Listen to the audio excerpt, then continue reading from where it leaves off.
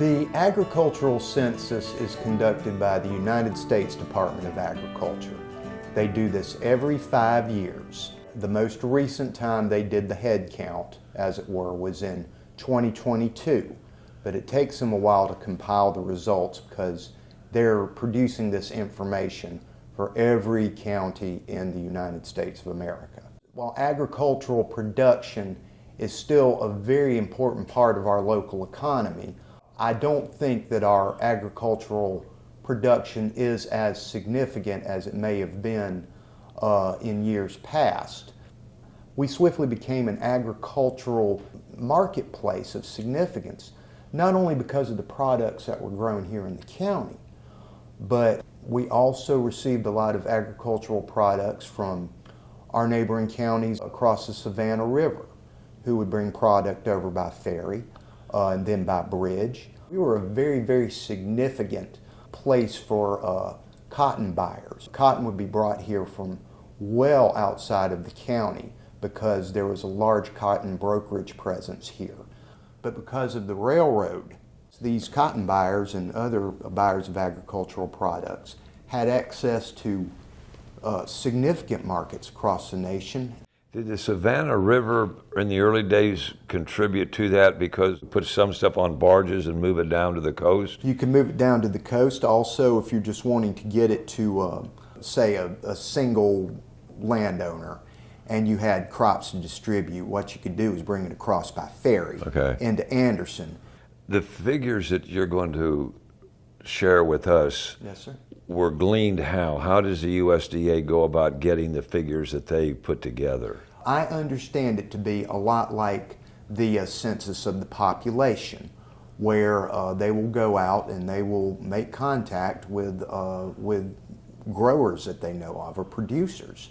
I don't know their exact methodology, but it's as close to a proper head count as I believe is feasibly possible. What was significant when you perused our PDF from Anderson County? Traditionally, Anderson County has led the state in several categories. Do we still do that? Yes, we do. Now, traditionally, we have led the state in the inventory of livestock, poultry, and their respective products. We have over 32,000 head of cattle in Anderson County as of 2022. We had the largest cattle inventory of any county, and we had a pretty significant lead. Here in Anderson County, we make up 10% of the statewide total inventory for cattle and calves. Yes, and they account for just under $12 million annually in sales for local producers. So that's pretty significant. We also have the highest inventory of sheep and lambs of any county in the state. We have almost 1,700. When you compared it to the previous Ag Census from 5 years earlier, we only had 610 head of sheep and lambs. So we've had a 176% increase. We're usually second in the state in terms of the equine population. We have more than 2,000 horses and ponies living here in our community. Our horses yielded almost $2.5 million in sales value in 2022. We led all South Carolina counties in inventory of mules, burros, and donkeys. We have 308 of those suckers living amongst us at this time. And I have one. And Paul Brown has one. We have goats. We have almost 3,000 goats. That puts us slightly behind Lexington County, which has the most goats.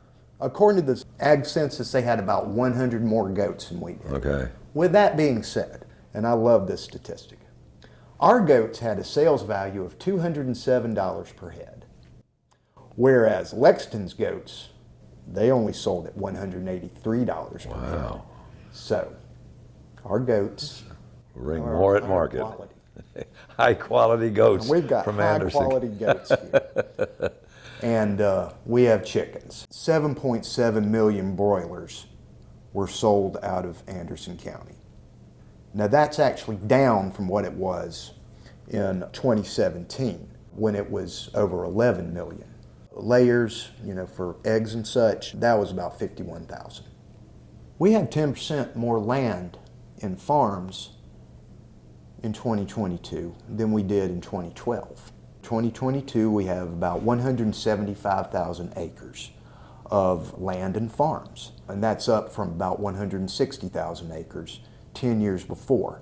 And I think that just speaks to some of the nature of market conditions. Sometimes land will not be used for agriculture, it'll be more open field, and it's not real, there's not any product coming out of it. But when the market's right, then people are inclined to say, hey, I might could grow some grain out here or do something with that, or maybe do some tree farming and what have you. So again, I think a lot of this is in response to market conditions. You're going to see that number kind of fluctuate over the years, and again, it's going to be dependent upon market conditions. We have 1,552 farms in Anderson County. The total net cash farm income in 2022 was over $11.4 million. 45% of our farms are between 10 and 49 acres. 32% are between 50 and 175 acres. 98% of Anderson County's farms are family farms. We have more than 2,500 individual producers here in Anderson County, and of those, 36% are female. And also in 2022, 83 farms, about 5% of them, had sales in excess of $100,000. I think that demonstrates that for many people, agriculture is something they do, is something to provide additional income for their families. They're making use of the land in a productive manner that returns some value to them.